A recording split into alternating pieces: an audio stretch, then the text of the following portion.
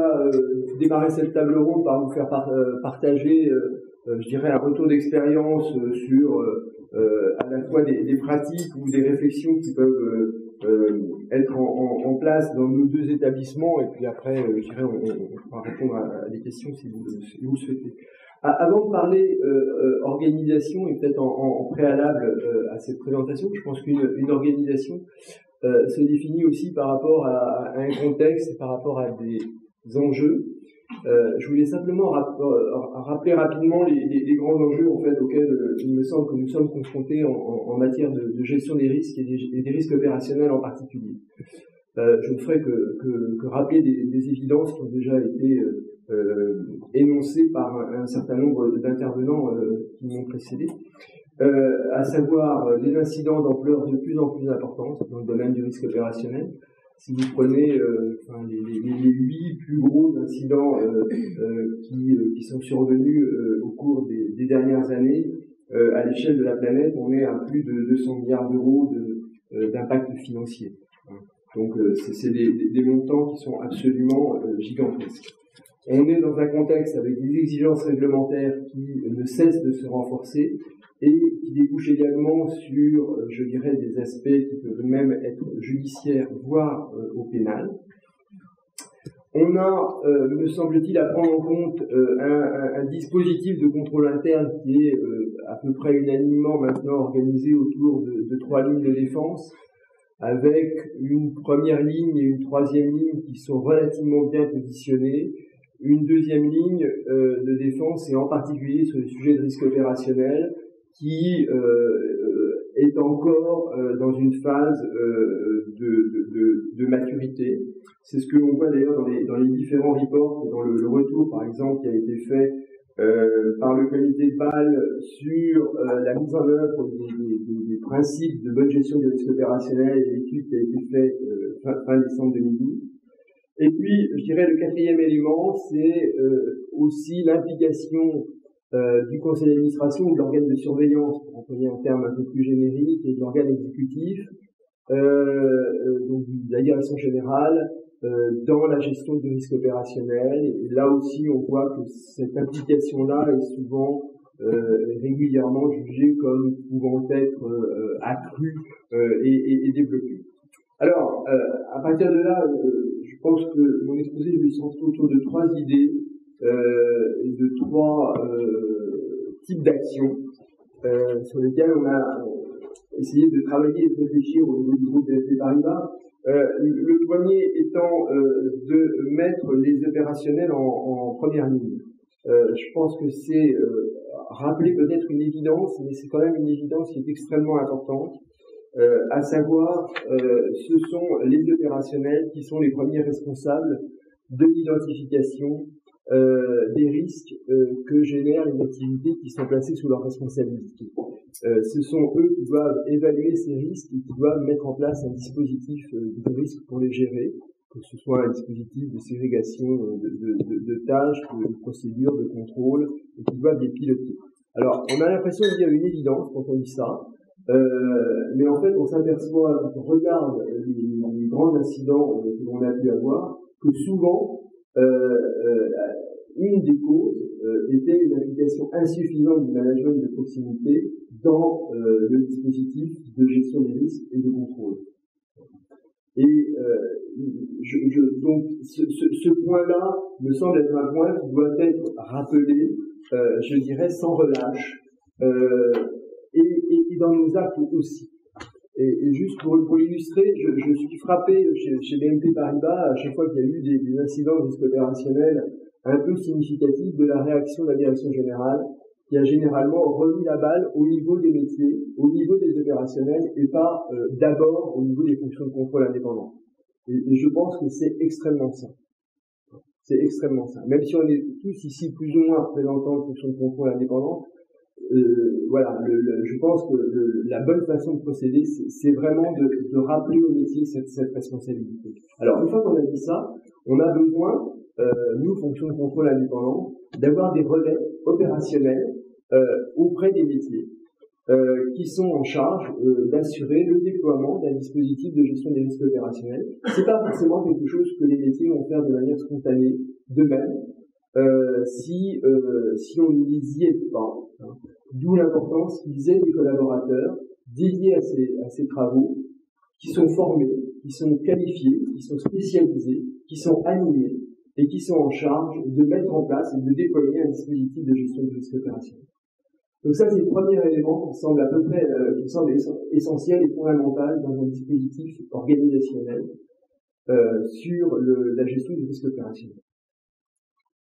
Le deuxième aspect, c'est celui de la seconde ligne, second niveau de contrôle, de la seconde ligne de défense, qu'il faut essayer d'organiser de la manière la plus efficiente possible. Alors, quand je parle d'efficience, ce n'est pas un gros mot. Je pense que c'est d'abord un devoir, puisque nous devons apporter une valeur ajoutée. Donc il faut se poser cette question de dans quelle mesure le contrôle indépendant apporte une valeur ajoutée. Quand je parle d'efficience, je parle aussi d'un aspect coût et budgétaire. Je pense qu'on est tous dans des entreprises dans lesquelles des actions régulières de maîtrise des dépenses sont engagées, et il nous faut aussi disposer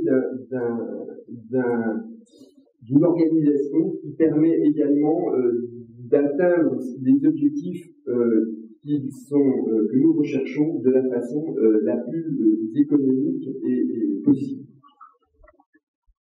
Quelques mots sur les responsabilités générales d'une fonction de contrôle indépendante en termes de risque opérationnel, mais qui finalement ne diffèrent pas tellement des responsabilités d'une fonction de contrôle indépendante appliquée à un autre type de risque.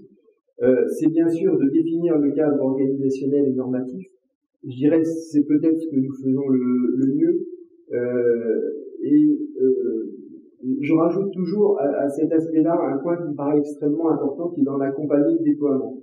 Il ne suffit pas d'écrire une procédure ou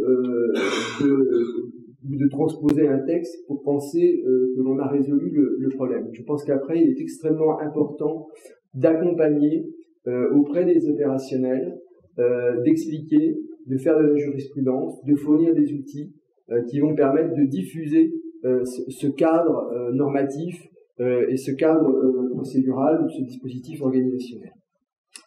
Deuxième aspect, exercer un second regard. Exercer un second regard, autant c'est clairement défini pour du risque de crédit, je pense, ou du risque de marché. Sur le risque opérationnel, est un risque d'une nature un peu différente.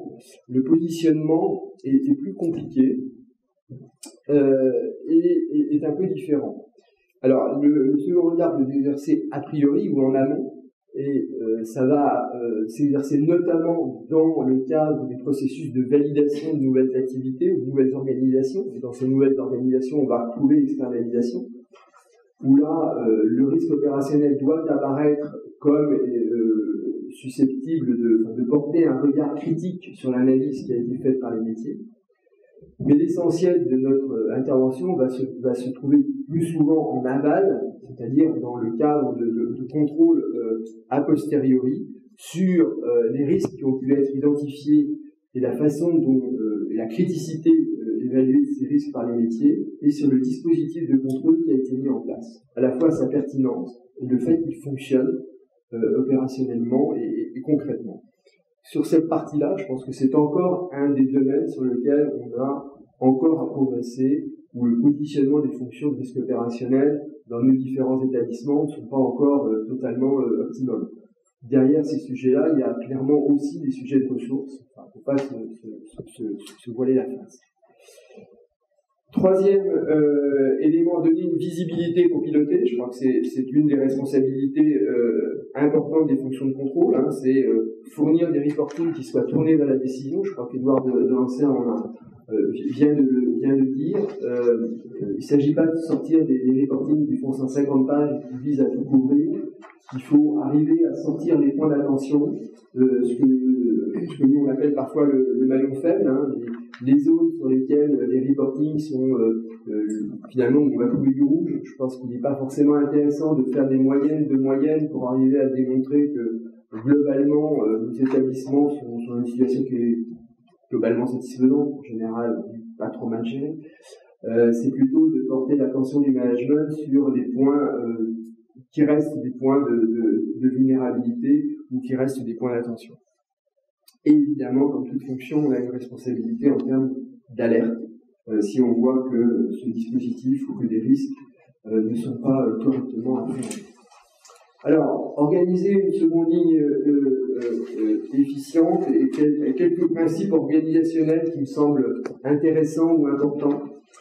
Je pense que le premier principe, c'est le principe le premier idée directrice me semble être l'indépendance et la proximité.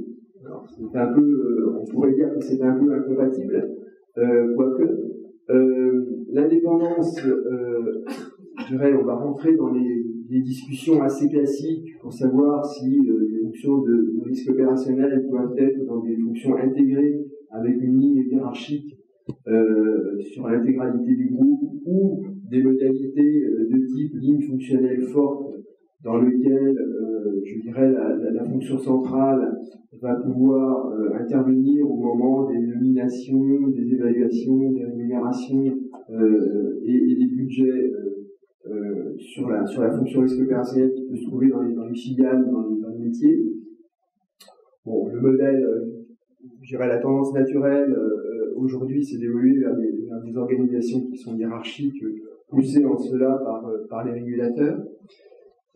En termes de rattachement, classiquement, les fonctions de risque opérationnel sont plutôt rattachées, voire doivent, on va dire, dans les fonctions risque. Ceci étant, il y a des modèles un peu différents. BNP Paribas en est l'illustration, où la fonction risque opérationnel a été rattachée à la conformité, sachant qu'une part significative au fond du risque opérationnel est relative au domaine de la conformité, et qu'il y a aussi des synergies assez évidentes en termes de contrôle, je dirais, entre le contrôle de la conformité et le contrôle du risque opérationnel.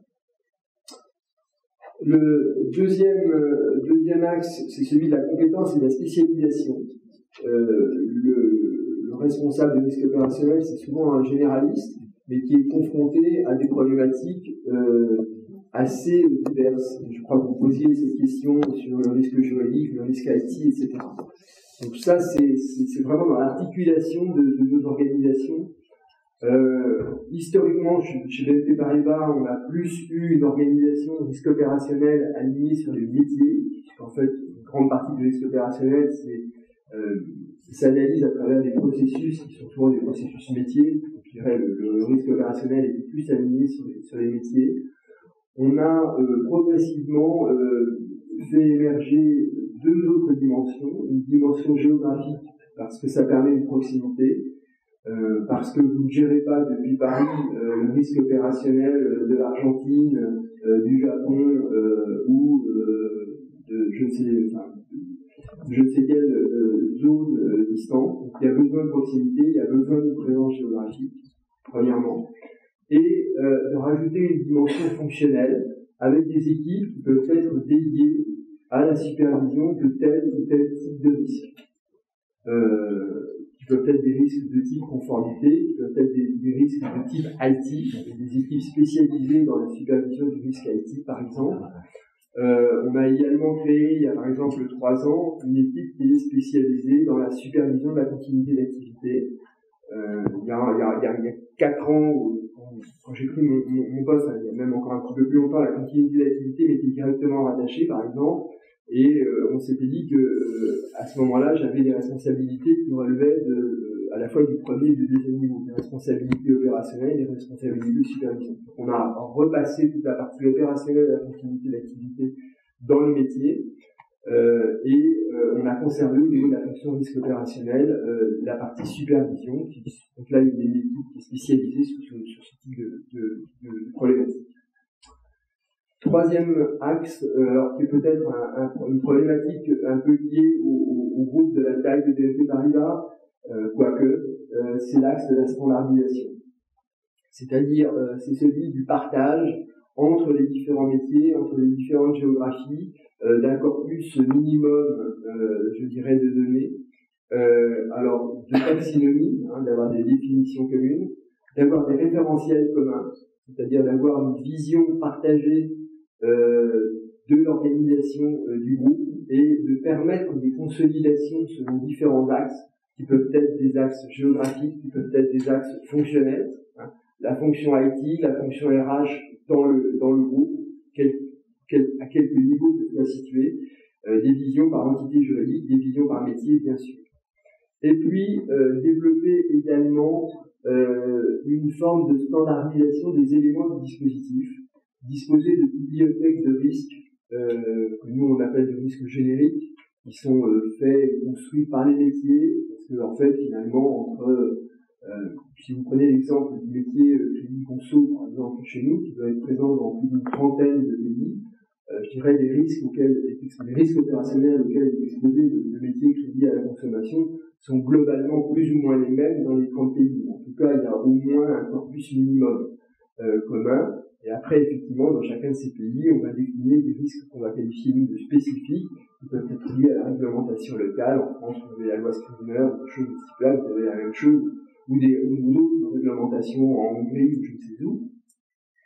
Mais je dirais ça, c'est un vecteur assez puissant pour rendre le dispositif plus efficace et pour éviter que chacun réinvente la roue. Alors ça, c'est vrai sur les risques, c'est vrai sur les plans de contrôle, ça peut être vrai aussi sur les procédures, de manière à ce que chaque entité ait un acte de procédure à déployer et qui soit en conformité avec les politiques.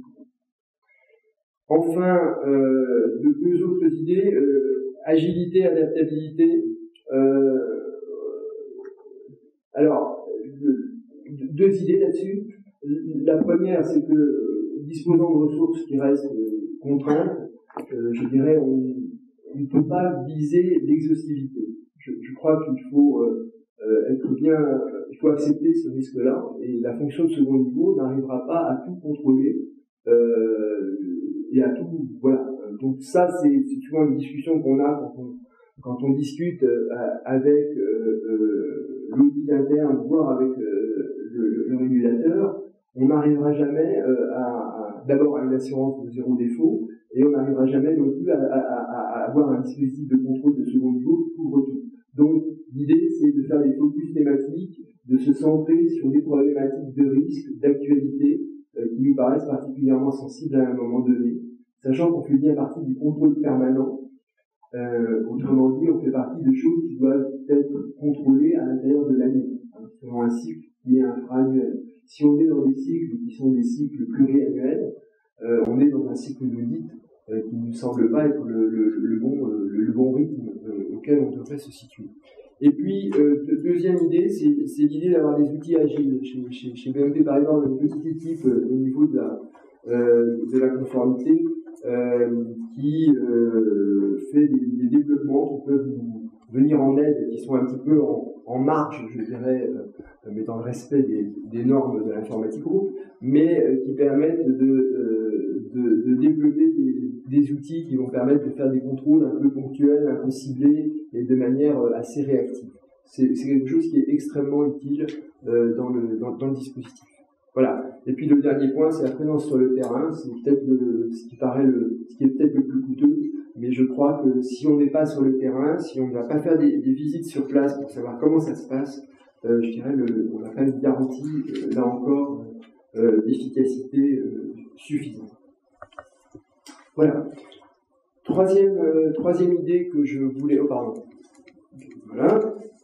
Troisième idée que je voulais partager avec vous, qui était tout ce qui était relatif au renforcement de l'application des organes exécutifs et délibérants, qui est vraiment un des thèmes sur lesquels on est régulièrement challengé par les régulateurs dans les différents pays. Hein. C'est pas spécifique aux régulateurs français, c'est vrai vraiment à tous les niveaux. Et ça se comprend, puisque on est dans un dispositif dans lequel il y a une responsabilité accrue et de plus en plus importante des dirigeants et des administrateurs des groupes bancaires, dont on voit leur responsabilité personnelle mise en cause. Hein. Et on a une pression à la fois réglementaire et, comme je le disais, qui peut tourner au pénal avec une mise en cause de la responsabilité personnelle des dirigeants et des administrateurs. Ça, c'est le premier point. La deuxième remarque de contexte, c'est de dire que le risque opérationnel est un risque qui reste quand même un peu plus spécifique et qui est plus difficile, je dirais, à encadrer par des politiques que je qualifierais de contraignantes ou par des limites.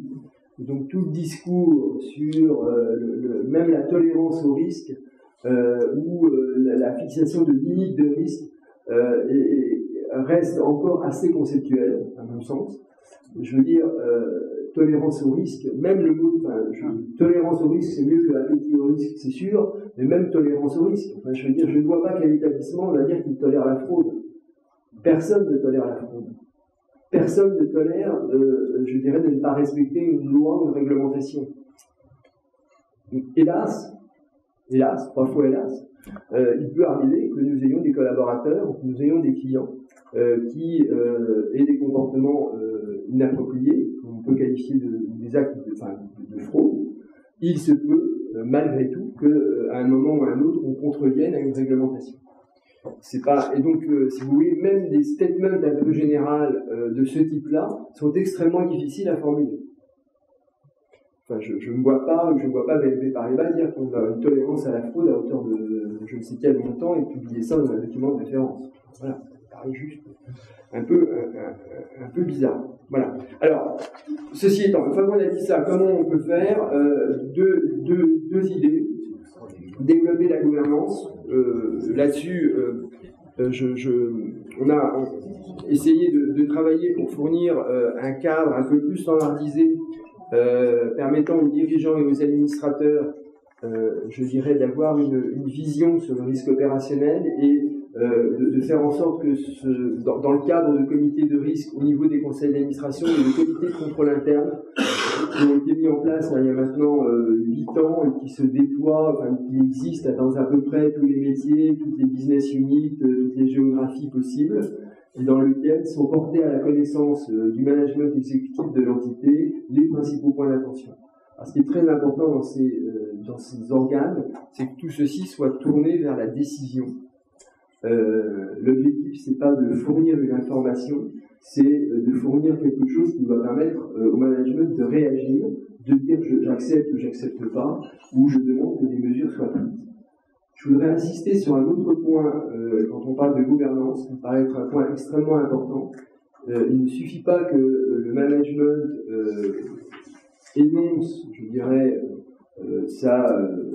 son souhait, prenne une décision, je dirais, d'arrêter ou de corriger telle ou telle situation.